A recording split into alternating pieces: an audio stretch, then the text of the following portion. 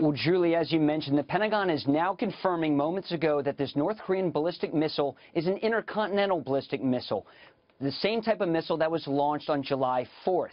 Now, officials say the missile was launched from an arms factory near North Korea's border with China. Now, Japanese officials say the missile flew for 45 minutes, which would be the longest ballistic missile test to date for North Korea. It landed about 600 miles away in the Sea of Japan. The Pentagon says North Korea launched the missile at about 10:45 a.m. Eastern Time, a rare nighttime launch for the rogue communist regime. North Korea's time zone is 12.5 hours ahead of the United States. Now, the Army's top officer yesterday, General Mark Milley, joined others when he talked about the dangers the U.S. faces with North Korea. War in the Korean Peninsula would be terrible.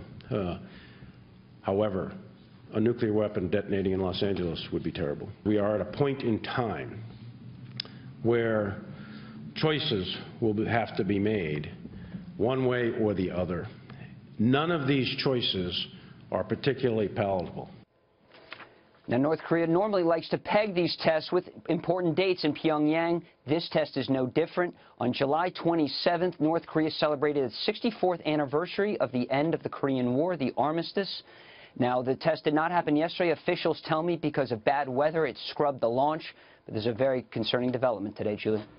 All right, Lucas, do we know how high the missile traveled, by the way? Because that is the huge difference here that you highlight, the fact that it actually traveled higher than the last time that they launched.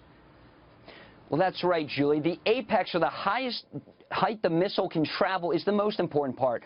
Officials here at Pentagon are saying the missile traveled about 600 miles east of North Korea, landing in the Sea of Japan. But what's most important, as you mentioned, is the height. This missile traveled into space just like the last missile launched on July 4th, which traveled 1,700 miles into space, or 7 times higher than the orbit of the International Space Station. So, Julie, this is very concerning, especially because this North Korean missile launch happened one day after Iran conducted a rocket test of its own, which was based on a North Korean design. Julie? Lucas Tomlinson, thank you very, very much.